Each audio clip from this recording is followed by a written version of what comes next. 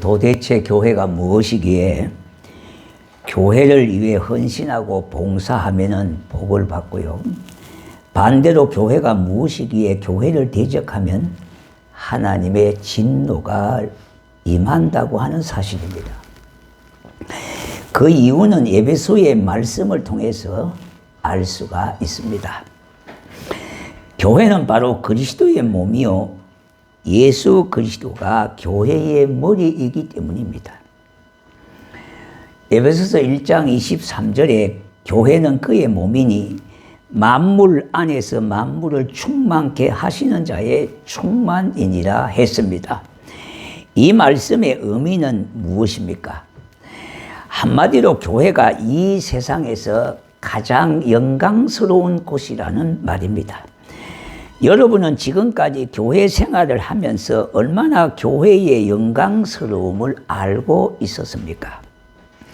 그리고 교회를 다니면서 어느 정도 교회의 영광을 세우기 위하여 애를 쓰셨는가? 오늘 말씀을 통해서 우리 자신을 스스로 한번 비추어 볼 수 있기를 바랍니다.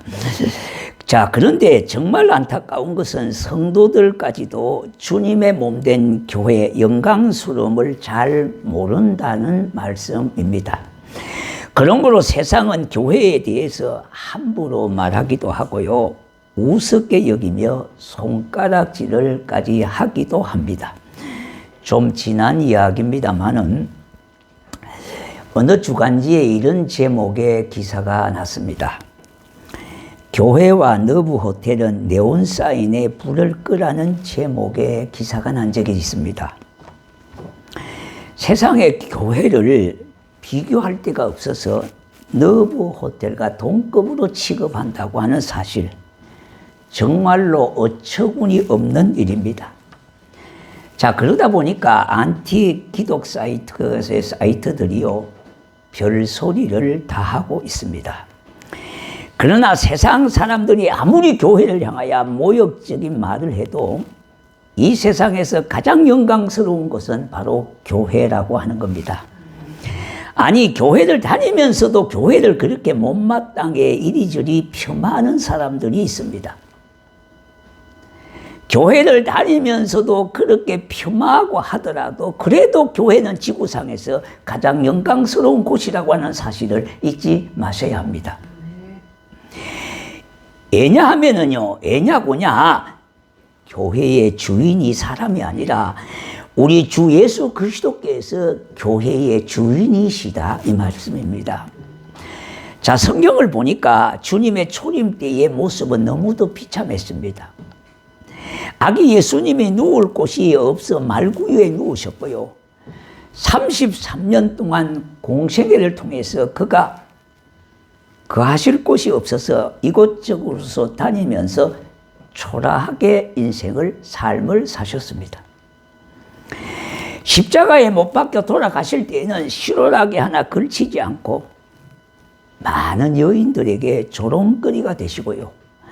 수많은 무리들에게 멸시를 받고 너무나 비참하게 돌아가셨습니다.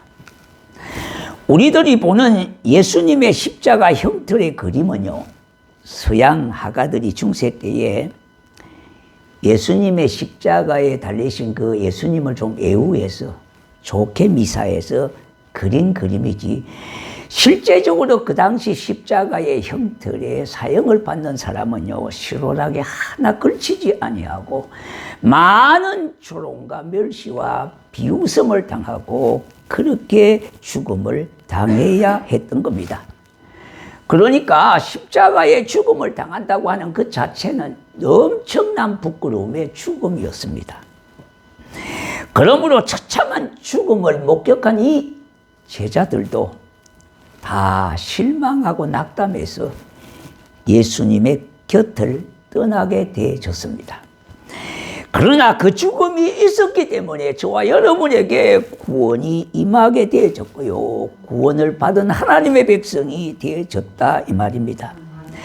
우리에게 구원을 베풀어 주시기 위하여 그분은 고난의 길도 마다하지 아니하시고 가셨고요, 오늘 이 본문에 보면은 그토록 주님의 사랑을 받았던 사도 요한이 어느 날 밤목섬에서 기도하다가 주님의 모습을 보았던 장면입니다.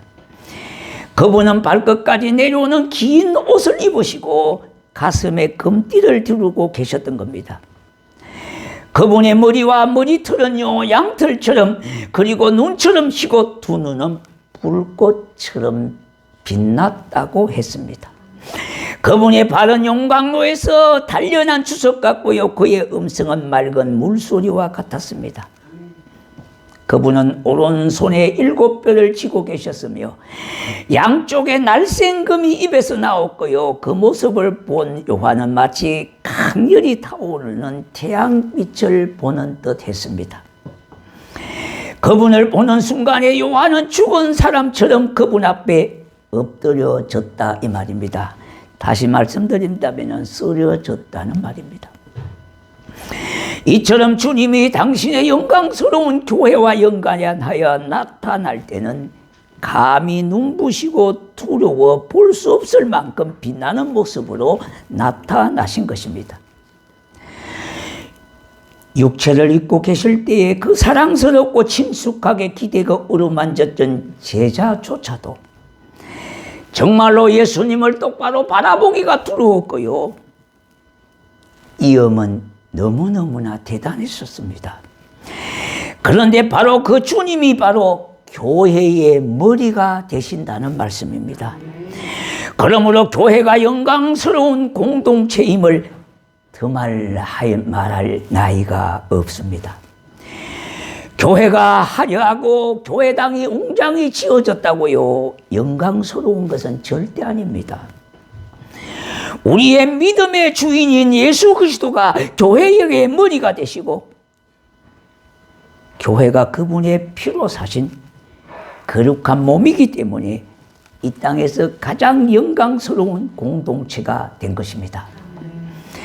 그럼 교회의 영광과 거룩성은 무엇입니까? 첫째요, 예수 그리스도가 교회의 머리가 되신다는 말은 주인이 되신다는 말입니다. 교회의 주인은 예수 그리스도십니다. 그 누구도 교회의 주인이 될 수가 없고요, 되어서는 안 되는 겁니다. 오직 우리 주님만이 교회의 머리이시며 주인이 되시는 겁니다. 두 번째는요, 예수 그리스도가 교회를 자신의 피로 사셔서 자신의 몸으로 삼으셨기 때문인 겁니다. 그러므로 주님의 교회는요, 성육신의 연장이기도 합니다. 하나님의 아들이 하늘의 영광을 버리고 하늘의 항태자께서 이 땅에 초라한 사람의 모습으로 오셔서 33년의 공생애를 보내시고 우리를 구원하시기 위하여 십자가에 못 박혀 돌아가신 성육신의 신비는 이 세상 2000여 년의 기독교 역사 속에 그 아무도 그것을 제대로 설명할 수가 없습니다. 어떤 유명한 기독신자도요, 어떤 유명한 조직신학자도, 어떤 유명한 성경학자도 그 신비를 다 이야기할 수 없을 정도가 되시는 것입니다. 하늘을 두루마기 삼고 바다를 먹물 삼아 죄인된 인간을 향한 하나님의 사랑의 이야기 다 기록할 수가 없는 것입니다. 그래서 죄인을 향한 십자가의 구속의 사랑이야말로 이 세상의 최고의 사랑이고, 그 사랑의 이야기는 어느 누구도 다 기록할 수가 없을 만큼 많다는 것입니다. 세 번째, 교회는요, 예수 그리스도의 피 묻은 구원의 복음과 영생의 복음을 전하는 곳이기 때문입니다. 뭐 때문에 교회의 영광과 거룩성이 있다고 했습니까? 예수님이 교회의 머리가 되시기 때문입니다. 두 번째는요, 예수 그리스도께서 자신의 피로 사셔서 자기 몸을 삼아 주셨기 때문입니다. 이제 세 번째는 무엇입니까? 교회는 예수 그리스도의 피 묻은 구원의 복음과 영생의 복음을 전하는 곳이 바로 교회이기 때문입니다. 이 영생의 복음으로 말미암아 주님이 주시는 영원한 생명의 능력으로 음부의 근세를 이기고 승리는 내 것이 되었습니다. 따라서 아무리 작은 교회당이라고 할지라도 교회는 영광스러운 곳입니다. 비록 작은 수의 교인을 가지고 있다고 해도요, 초라한 모습의 초가집이라 하더라도, 녹슨 종탑이 달려있다고 하더라도, 비가 오면은 비가 뚝뚝 떨어지는 천장에서 그와 같은 낡은 건물이라도 교회는 영광스러운 곳이라는 말입니다. 아니, 교인이 아주 작은 곳이라도 그 교회가 진정 주님의 이름으로 시작되고 주님의 이름으로 간판을 걸었다면은, 주님의 피 묻은 복음이 전해지는 교회라면은 가장 영광스러운 교회다 이 말입니다. 진정 주님을 주인으로 모시고 머리로 모시는 교회라면은 아주 작고 초라하게 보여도 가장 영광스러운 곳이다 이 말입니다. 이 땅에 웅장하고 구별된 데가 어디입니까? 바로 대한민국으로 말하면 청와대입니다. 미국으로 말하면 백악관입니다. 미국의 대학이라면 아마 하버드 대학이 될 겁니다. 우리 한국으로 말하면 역시 서울대학교의 영광과 어떻게 비교할 수가 있겠습니까? 그러므로 우리가 비록 작은 교회에 다닌다 하더라도 기죽을 필요가 전혀 없습니다. 왜냐? 그 교회 자체가 영광스러운 곳이기 때문에 그래요. 교회가 크다고 영광스럽고 웅장하다고 하나님의 집이 아니라는 겁니다. 여러분, 비판적으로만 듣지 마시고요. 어느 분이 쓰신 글에서 참 개탄스러운 모습을 우리가 보게 됐습니다. 우리가 한국교회가 산업화 시대를 지나면서 교계 평창했습니다. 굉장히. 다시 말씀드린다면 예적인 성장이 기하급수적으로 늘어났습니다. 그러다 보니까 이곳저곳에도 큰 교회가 들어서기 시작했습니다. 물론 교회가 크다고 하는 것, 나쁜 것은 절대 아닙니다. 서울대학교도 엄청 크잖아요. 웅장하잖아요. 관악 캠퍼스 한번 가보십시오. 엄청나잖아요. 그러니까 교회도 엄청나게 크게 지어야 된다고 그렇게 그런 이론을 가지고 교회도 큰 교회들이 곳곳에 들어섰습니다. 물론 교인들의 피땀 흘린 헌금으로 되어진 일이지만 무리하게 부채까지 내가면서 교회당을 키웠습니다. 그런데요, 그것이 대한민국의 교회의 망조의 역할을 했다고 하는 사실, 여러분 진이하셔야 돼요. 오늘날 한국교회의 문제는 대형교회의 문제입니다. 적은 교회의 문제가 아니라 대형교회들이 문제예요. 내가 그렇게 한평생을 일구어 놓은 곳이기 때문에 다른 사람에게 못 물려주는 겁니다. 우리가 김일성도 왜 김정은도 김정일도 왜 비판을 합니까? 공산당을 세습해서 3대, 4대에 걸쳐까지 그 땅을 억압으로 통치하는 공산당 만들기 위해서 세습을 비판합니다. 왜 그렇게 쉽게 못 물러주고 있겠습니까?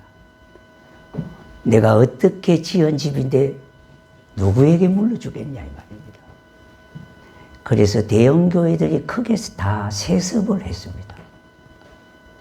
그게 대한민국의 교회의 망조의 지름길입니다. 여러분 먼저 말씀드렸어요. 비판적으로 듣지 마시고 교회가 교회당이 웅장하고 크다고요. 거기에 영광과 거룩성이 있는 것이 아니에요. 우리 한 사람 한 사람 하나님의 말씀과 주의 진리 가운데 거하면은 그것이 바로 거룩한 곳이 되어지는 것이고 그곳에 하나님의 영광이 가득하게 임하게 되는 것입니다. 그러니까 작은 교회에 다닌다고 기죽을 필요가 없어요. 어깨 피고 다니셔도 돼요.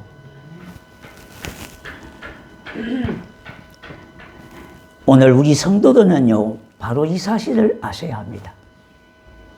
물론 큰 교회가 필요 없다는 말이 아니에요. 그렇지만은 거기에 능사가 절대 아니라고 하는 사실입니다. 먼저 내가 속한 교회의 영광을 알아야 하겠습니다. 비록 소수의 인원이 모이고 거룩한 무리지만은 참으로 보잘것없는 초라한 곳에 모여 있다 하더라도 거기에 진리의 복음이 증거되고 예수 그리스도의 피로 사신 교회고 주의 이름으로 시작하고 주의 이름으로 이끌어간다면 그것은 바로 영광스러운 곳이라고 하는 사실이에요. 그 영광을 모르다 보니까 교회가 점점 쇠퇴해지고 있다고 하는 것은 누구든지 다 아는 상식입니다. 교회사 2000년의 역사를 보면은요, 평신도가 교회를 제대로 알고 자신의 은사와 재능을 알아서 제사장의 역할을 감당할 때에 교회는 맥박이 뛰기 시작했습니다. 그리고 세상을 이겨나갔어요. 그 참으로 고통스러운 억압과 핍박 속에서도 세상을 이기는 믿음이 되어졌다 이 말입니다.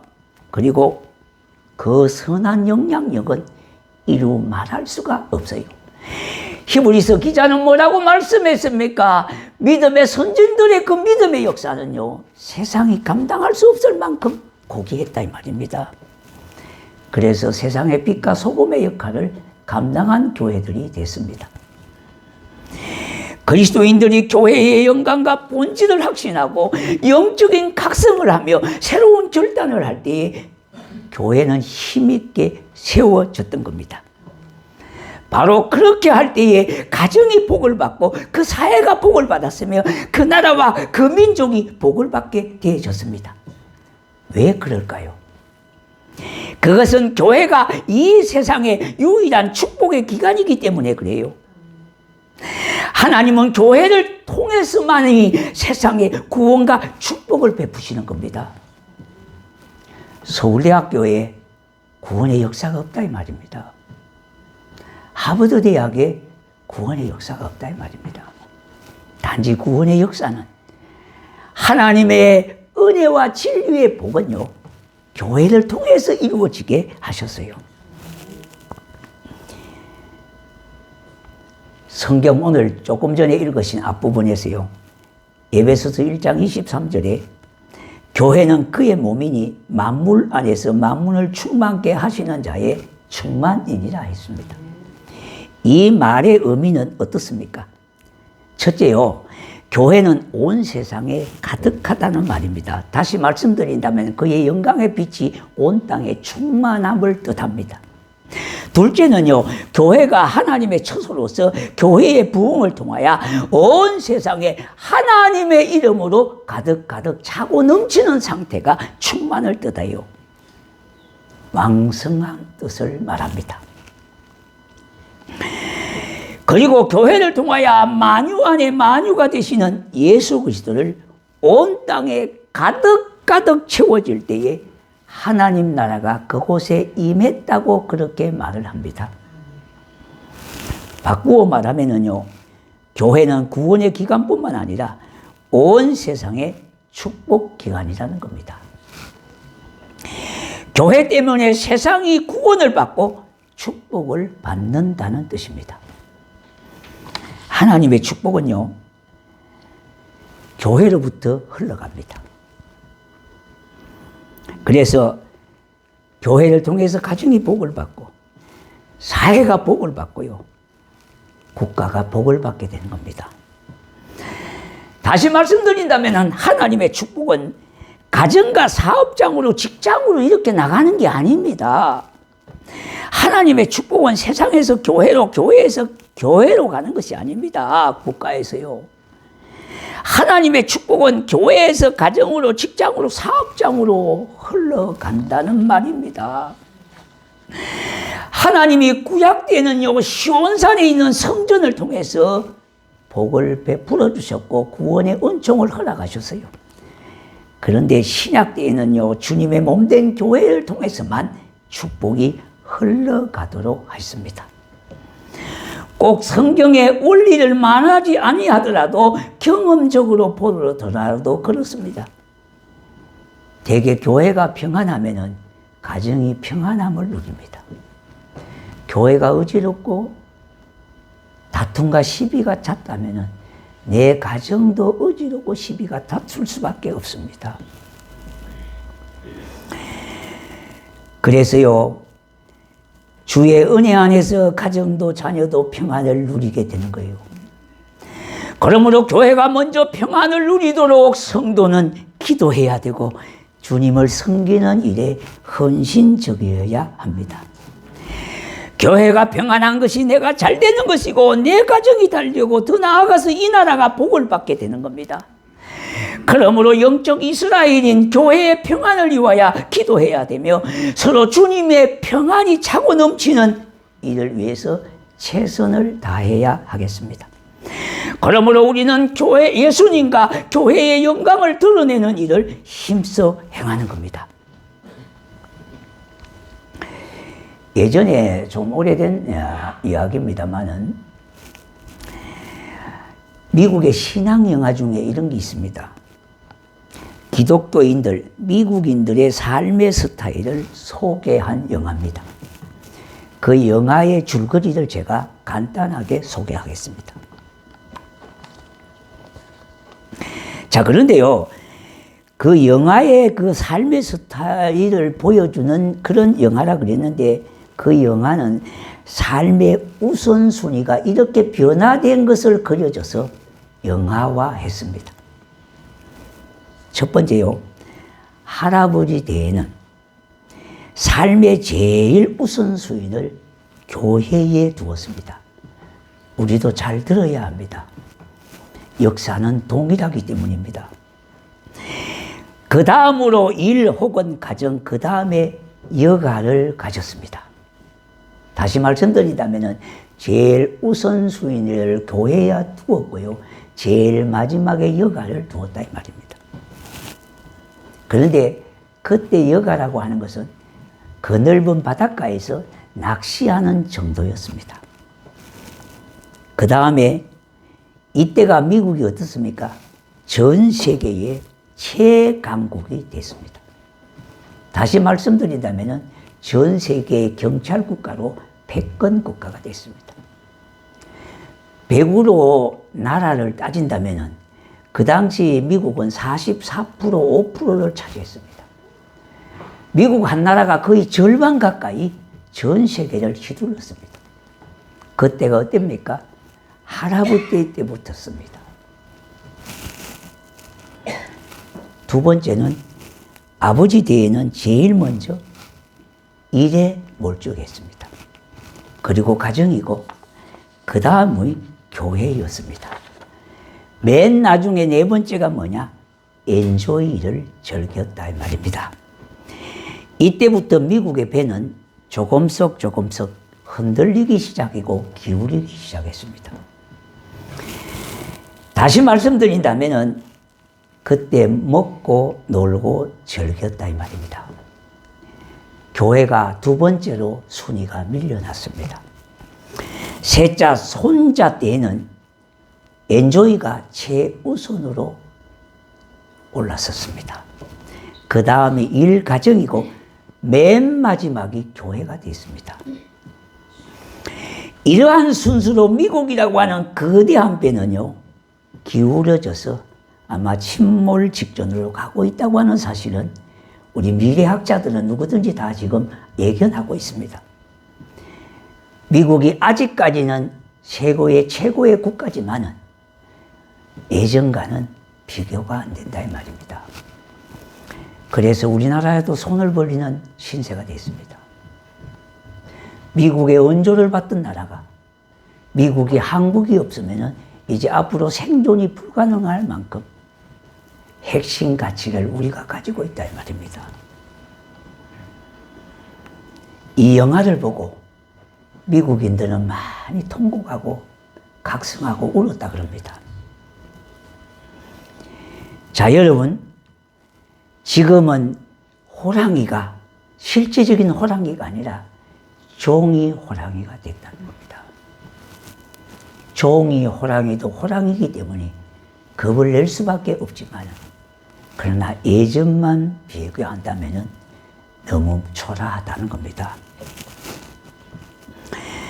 자, 이 영화의 내용대로 경제나 사회나 교육, 산업 등 참으로 소망 없이 기울어진 나라가 됐습니다.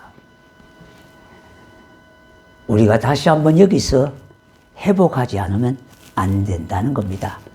미국만이 아니라 역사적으로 유럽이나 노마를 우리가 한번 바라볼 때도요, 그들의 삶의 우선순위를 바로 어디에 두고 있느냐고 하는 현상을 볼 수가 있는데요. 유럽에 보면은요, 금요일 오후에 되면은 노마 시내가 각 복잡할 만큼 차량 행렬로 이어지는데 다 야외로 나가는 사람들입니다. 렌터카가 줄을 이루어버립니다. 어떻게 보면은 일은 적게 하고 많이 놀자는 뜻입니다. 물론 그것이 필요 없다는 말이 절대 아닙니다. 삶의 우선순위가 이렇게 바뀌어졌다 이 말입니다. 교회가 먼저가 아니라 가정이 먼저이고 일이 먼저고 맨 마지막에 순위에 교회를 두다 보니까 주님이 계실 곳이 없어요. 머리 둘 곳이 없다고 탄식하시던 우리 주님의 음성이 생생하게 기억되지 않습니까? 우리 주님이 정말로 머리 둘 곳이 없어요. 왜? 공간이 없기 때문이에요. 교회도 병들어서 제 기능을 못하는 꼴이 되었으니까 누가 누구에게 세상을 치유하여 고쳐달라고 그러겠습니까? 그러나 여기서 다시 한번 회복한다면은, 교회 영광이 회복된다면은 이 나라도 바로 설 수가 있다는 확신을 우리가 가져야 되겠습니다. 그렇게 된다면은요, 세상 사람들도 교회를 우습게 보지 않습니다. 믿는 우리들도 그렇게 보지 않는다는 겁니다. 우리 모두 복된 삶을 위해서라도 이 교회의 거룩함과 영광을 더욱 밝게 비춰야 하겠습니다. 다른 것은 좀 부족하고 연약해도 그렇지만은 하나님의 교회의 영광을 가로막고 허무는 일은 절대 하지 마셔야 합니다. 어떤 이는 이렇게 말하는 분이 있습니다. 어떤 일부 단체들도요, 기독교라고 하는 이름을 걸고 있는 단체들도 교회가 어떻고 목사가 어떻고 교회도 개혁을 해야 한다고 합니다. 물론 맞는 말이기도 합니다. 물론 성도도 목사도 교회도 개혁이 필요한 것은 사실입니다. 그러나 그렇게 깃발을 들고 구호를 외친다고 개혁이 되는 게 아니라는 겁니다. 개혁은 점진적이고 개혁은 바로 나부터입니다. 하나님이 나에게 그와 같이 깨달음을 주시고 은혜를 주셨다면 내가 하나님의 철저히 말씀 앞에 개혁하는 겁니다. 개혁은 나부터 시작하는 거예요. 개혁은 여러 단체가 모여서 구호외치고 머리띠 띄고 깃발 든다고 되는 게 아니에요.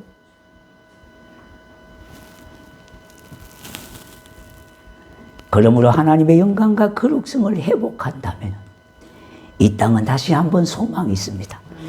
우리는 그러한 생각으로 하나님의 은혜의 빛을 가로막는 자가 되지 말아야 하겠습니다. 그러니 우리 모두가 구원의 백성으로 살아가는 삶에서 주님의 영광을 드러내고 이 땅의 거룩성을 회복하는 일에 온몸을 다해야 하는 겁니다. 이렇게 할 때에 이민족이 살고 이러한 사람에게 은혜와 복을 우리 하나님은 베풀어 주셔서 자손 만대까지 하나님이 베푸시는 은혜 안에 살게 하십니다. 사랑하는 성도 여러분, 역사는 반복되고 있고 동일합니다. 미국과 유럽이 그렇다면 왜 대한민국 땅에도 안 그럴 리가 없다는 겁니다. 나는 어떠한 어려움이 있고요, 힘든 일이 있더라도, 어떤 고통이 참으로 하나님 대가를 지불할 고통이 있더라도, 내게 어려움이 닥친다 하더라도 주님의 교회를 섬기고 사랑하리라고 하는 믿음과 확신으로 주님의 교회의 영광을 회복하는 일에 앞장선다면 하나님은 그를 통해서 영광을 받으시고 이 땅을 다시 한번 회복시키시고 치유하시는 하나님의 놀라운 빛이 비추어져서 우리 모두가 세상을 이기고 자신을 이기고 십자가의 그 영광을 드러내고 거룩성을 회복하는 놀라운 역사가 우리 한 사람 한 사람부터 이루어짐을 믿고요.